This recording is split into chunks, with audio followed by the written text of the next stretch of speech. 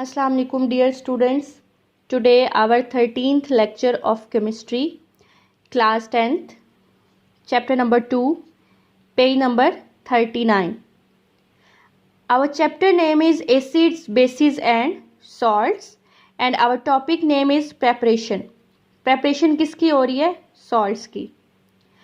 अब इसकी जो preparation है students, मैं आपको पहले बता दूं कि इसमें दो तरह की preparation होगी. हमारे पास दो तरह के सॉल्ट्स होंगे. एक होंगे जो सॉल्युबल होंगे वाटर के अंदर और एक होंगे जो इनसॉल्युबल होंगे वाटर के अंदर. पहला पॉइंट हमारा ये वाला क्लियर हो रहा है. सॉल्ट्स में भी वाटर सॉल्युबल और इनसॉल्युबल एक कंडीशन है. इस कंडीशन के ऊपर हमने इसकी प्रेपरेशन के 5 मेथड्स पढ़ने हैं. ठीक है. दूसरा पॉइंट है हमारे पास preparation of salts are based on their solubility in water. अब जो हमने प्रेपरेशन करनी है सॉल्ट्स की वो बेस्ड किस पे कर रही है? सॉल्युबिलिटी पे. किसके अंदर? वाटर के अंदर. ये कंडीशन हमारे पास दूसरी है. अब ये दो कंडीशंस हैं, इन दोनों पे हमने क्या देखनी है? इसकी प्रेपरेशन देखनी है. किस तरह से होगी, कितने मेथड्स होंगे, उन मेथड्स के नेम क्या हैं. ठीक है. सबसे पहले हम देखते हैं प्रेपरेशन ऑफ सॉल्युबल सॉल्ट्स. पहला जो हमारा पॉइंट है वो है प्रेपरेशन ऑफ सॉल्युबल सॉल्ट्स. अब इसमें हमारे पास क्या होगा? हमने वैसे स्टूडेंट्स, मैं आपको ये पढ़ाने से पहले बता दूं कि हमने इसके जो प्रेपरेशन है उसमें हमने 5 मेथड्स पढ़ने हैं, जिसमें से जो 4 होंगे वो सॉल्युबल होंगे वाटर के अंदर और जो एक हमने मेथड पढ़ना है वो इनसॉल्युबल सॉल्ट्स के बारे में होगा. अब हम डिस्कस करते हैं preparation of soluble salts. Preparation of soluble salt में हमारे पास क्या होगा? सॉल्युबल सॉल्ट्स जो होते हैं वो प्रिपेयर किए जाते हैं वाटर में. They are recovered by evaporation or crystallisation. Students, आपने 9th में बहुत डिटेल में पढ़ा होगा एवेपोरेशन एंड क्रिस्टलाइजेशन का प्रोसेस क्या होता है. ये रिकवर करते हैं. हमारे पास ये जो प्रेपरेशन का मेथड है वो रिकवर करेगा एवापोरेशन को एंड क्रिस्टलाइजेशन को. अब इसमें जो सबसे पहला मेथड है वो है हमारे पास by the reaction of an acid and a metal, जिसको हम क्या बोलते हैं? Direct displacement method. किस तरह से है स्टूडेंट्स? हम एक इक्वेशन लेते हैं. इक्वेशन की हेल्प से हम देखेंगे कि किस तरह से डायरेक्ट मेथड है हमारे पास. इस जो हमारे पास डायरेक्ट डिस्प्लेसमेंट मेथड है इसमें हमने हाइड्रोजन आयन ऑफ एसिड उसको हमने रिप्लेस करना है बाय अ रिएक्टिव मेटल के साथ. अब वो मेटल हमारे पास कोई सी भी हो सकती है. कैल्शियम भी हो सकती है, मैग्नीशियम भी हो सकती है, जिंक भी हो सकती है और आयरन भी हो सकती है. यहाँ पे अगर हम एग्जांपल लेते हैं मैग्नीशियम की एंड हाइड्रोक्लोरिक एसिड की. मैग्नीशियम प्लस 2HCl इसका हम रिएक्शन करवा रहे हैं तो हमारे पास क्या आया? Magnesium chloride plus H2.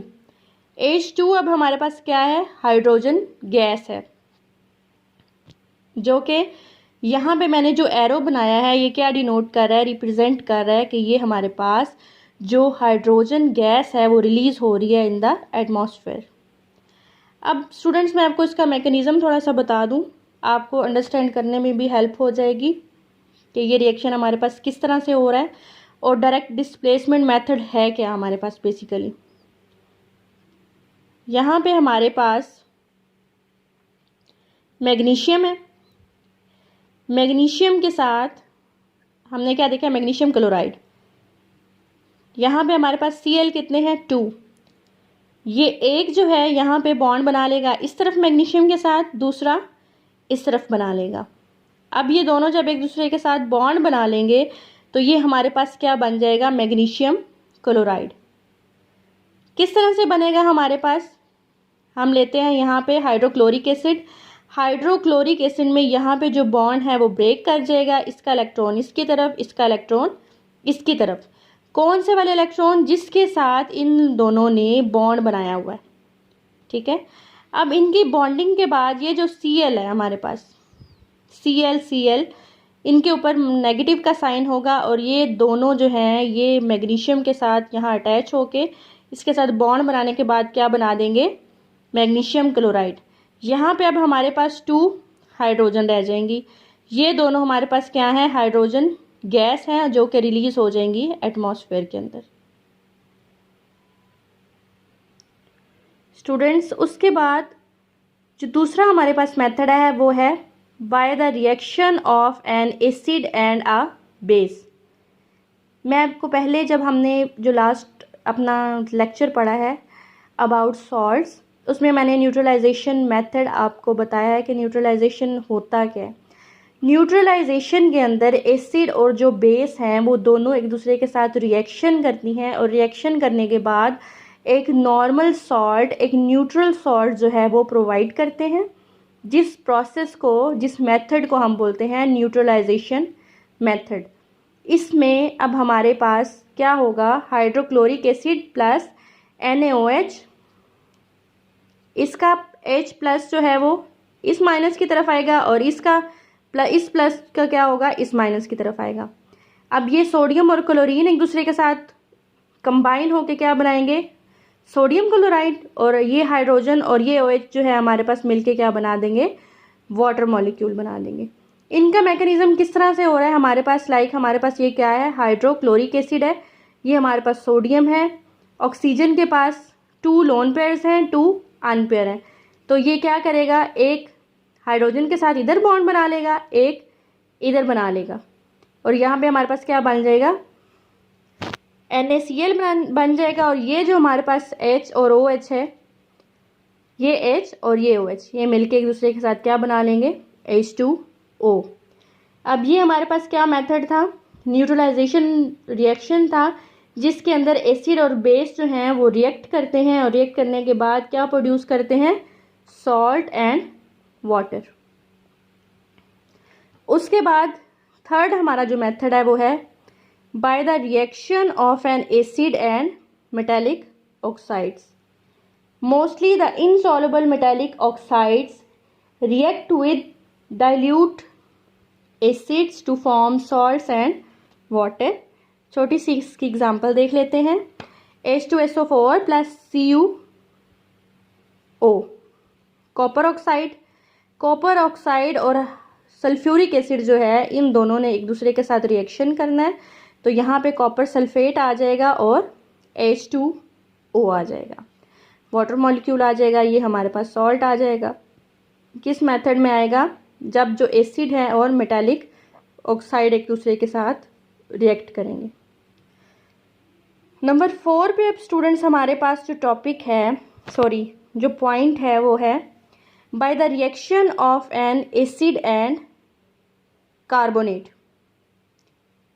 अब इसमें हमने क्या देखना है, कि डाइल्यूट एसिड्स जो हैं वो रिएक्ट करेंगे मेटालिक कार्बोनेट्स के साथ और क्या प्रोड्यूस करेंगे, salt, water and carbon dioxide gas. किस तरह से हमारे पास ये क्या है, nitric acid plus sodium carbonate.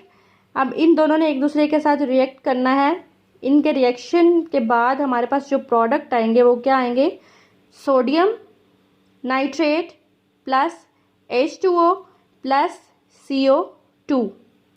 अब हमने क्या पढ़ा है इसके अंदर, हमारे पास जब एक डाइल्यूट एसिड और एक मेटालिक कार्बोनेट एक दूसरे के साथ रिएक्शन करेंगे तो उसमें हमारे पास एक सॉल्ट आएगा, वाटर आएगा एंड कार्बन डाइऑक्साइड आएगा।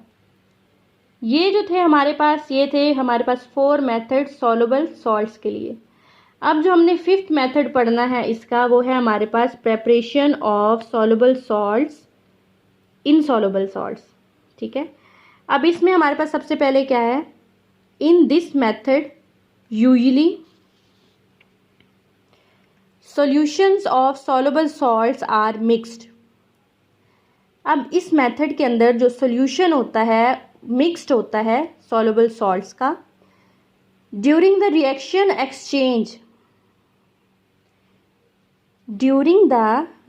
Exchange of ionic radicals take place to produce 2 new salts. अब जब ये रिएक्शन करवाया जाता है तो इसके अंदर 2 टाइप्स के सॉल्ट्स बनते हैं। एक जो होता है वो इनसॉल्युबल सॉल्ट होता है, दूसरा जो है वो सॉल्युबल सॉल्ट होता है इन वाटर। अब हमारे पास ये है silver nitrate plus sodium chloride. यहाँ पे Ag जो हमारे पास सिल्वर है ये किसके साथ अटैच हो गया है, क्लोरीन के साथ, प्लस सोडियम जो है किसके साथ अटैच हो गया है, नाइट्रेट के साथ। दूसरा जो हमारा है पॉइंट उसमें क्या है, sodium carbonate plus CuSO4 copper sulphate. अब इन दोनों ने एक दूसरे के साथ रिएक्शन करना है और इसके रिएक्शन में अब हमारे पास जो प्रोडक्ट्स बनेंगे वो बनेगा, एक बनेगा हमारे पास copper carbonate CO3 plus sodium sulphate. Students अब ये हमारे पास जो मेथड्स थे जो हमने पढ़े, ये जो हमने लास्ट में पढ़ा है ये तो था हमारे पास प्रेपरेशन ऑफ इनसॉल्युबल सॉल्ट्स। ये हमारे पास एक मेथड था जिसके अंदर हमने क्या स्टडी किया है, हमने स्टडी किया है कि इनसॉल्युबल सॉल्ट्स जो हैं उनकी प्रेपरेशन किस तरह से होती है। जबकि पहले जो हमने 4 पढ़े हैं उनमें हमने क्या पढ़ा है कि हमारे पास 4 मेथड्स इस तरह के हैं जिसमें सॉल्युबल सॉल्ट्स जो हैं उनको प्रिपेयर किया जाता है। 1 बाय 1 डिस्कस किए हैं हमने डिटेल में। मैं आपको थोड़ा सा समराइज़ करके बता देती हूँ, आपको ईजी हो जाएगा इसको याद करना जब आप कंपैरिजन में इसको पढ़ोगे। क्योंकि पहले जब हम इसको पढ़ रहे थे तो हम उस वक्त एक फ़्लो में 1 बाय 1 उसको रिपीट कर रहे थे, एक एक मेथड को डिस्कस कर रहे थे, उसमें इक्वेशंस को पढ़ रहे थे। अब मैं आपको समरी बता देती हूँ, आपको याद करने में ईजी हो जाएगा। स्टूडेंट्स आज के अपने टॉपिक में हमने क्या पढ़ा है, प्रेपरेशन पढ़ी है सॉल्ट्स की। 2 टाइप्स के सॉल्ट्स होते हैं ये पढ़ा है, सॉल्युबल सॉल्ट्स होते हैं, इनसॉल्युबल सॉल्ट्स होते हैं। प्रिपेयर किया जाता है, बेस करता है प्रेपरेशन ऑफ सॉल्ट्स की किस पे, सॉल्युबिलिटी इन वाटर के अंदर। उसके बाद हमने प्रेपरेशन ऑफ सॉल्युबल सॉल्ट्स पढ़े हैं, उसमें हमने 4 मेथड्स पढ़े हैं। पहला मेथड हमारे पास क्या है, by the reaction of an acid and a metal. दूसरा हमने क्या मेथड पढ़ा है, by the reaction of an acid and a base. ये हमारे पास दूसरा था मेथड। तीसरा मेथड हमारे पास था bye the reaction of an acid and metallic oxide. Fourth वाला हमारा था bye the reaction of an acid and carbonate, जिसमें हमने एसिड को एंड कार्बोनेट दोनों को रिएक्शन में इन्वॉल्व किया है और हमारे पास जो प्रोडक्ट बने हैं वो सॉल्ट बना है, वाटर बना है एंड कार्बन डाइऑक्साइड बना है। उसके बाद हमने 5th मेथड इसका पढ़ा है। 5th मेथड में हमने प्रेपरेशन देखी है इनसॉल्युबल सॉल्ट। इनसॉल्युबल सॉल्ट्स के अंदर हमने क्या देखा है कि सबसे पहले इस मेथड में सॉल्यूशन होता है हमारे पास सॉल्युबल सॉल्ट्स का, किस फॉर्म में, मिक्स्ड फॉर्म में। और जब ये रिएक्शन हो रहा होता है तो एक्सचेंज हो जाते हैं आयनिक रेडिकल्स, जिसमें क्या होते हैं 2 टाइप्स के सॉल्ट्स बनते हैं। अब 2 टाइप्स के सॉल्ट्स कौन कौन से बनते हैं स्टूडेंट्स, एक हमने पढ़ा है सॉल्ट्स बनते हैं इनसॉल्युबल इन वाटर एंड दूसरे सेकंड क्या है हमारे पास, सॉल्युबल इन वाटर। इसमें भी हमने इसकी इक्वेशंस देखी हैं और इसकी इक्वेशंस में हमने देखे हैं 2 टाइप्स के हमारे पास सॉल्ट्स बन रहे हैं। ये टॉपिक हमारा यहाँ पे कंप्लीट हो रहा है, जिसमें हमने प्रेपरेशन पढ़ी है सॉल्ट्स की, उसके डिफरेंट मेथड्स पढ़े हैं, सॉल्युबिलिटी पे डिपेंड करते हैं, सॉल्युबल कैसे होते हैं, इनसॉल्युबल कैसे होते हैं, इनकी प्रेपरेशन कैसी होती है। ये टॉपिक हमारा यहाँ पे एंड हो रहा है। नेक्स्ट टॉपिक में हमने पढ़नी है टाइप्स ऑफ सॉल्ट्स, वो इंशाल्लाह हम नेक्स्ट लेक्चर में डिस्कस करेंगे। स्टूडेंट्स आपने इसको बहुत अच्छे से लर्न करना है, इसको राइट भी करना है, इसकी इक्वेशंस की प्रैक्टिस करनी है जितनी हो सके। आपको ये इक्वेशंस फिंगर टिप्स पे होनी चाहिए, जब भी आपसे पूछा जाए आपको पता हो कि हमें किस चीज़ की इक्वेशन पूछी जा रही है और इस इक्वेशन में हमारे पास कौन कौन से प्रोडक्ट्स बन रहे हैं। ओके, नेक्स्ट इंशाल्लाह नेक्स्ट लेक्चर में डिस्कस करेंगे।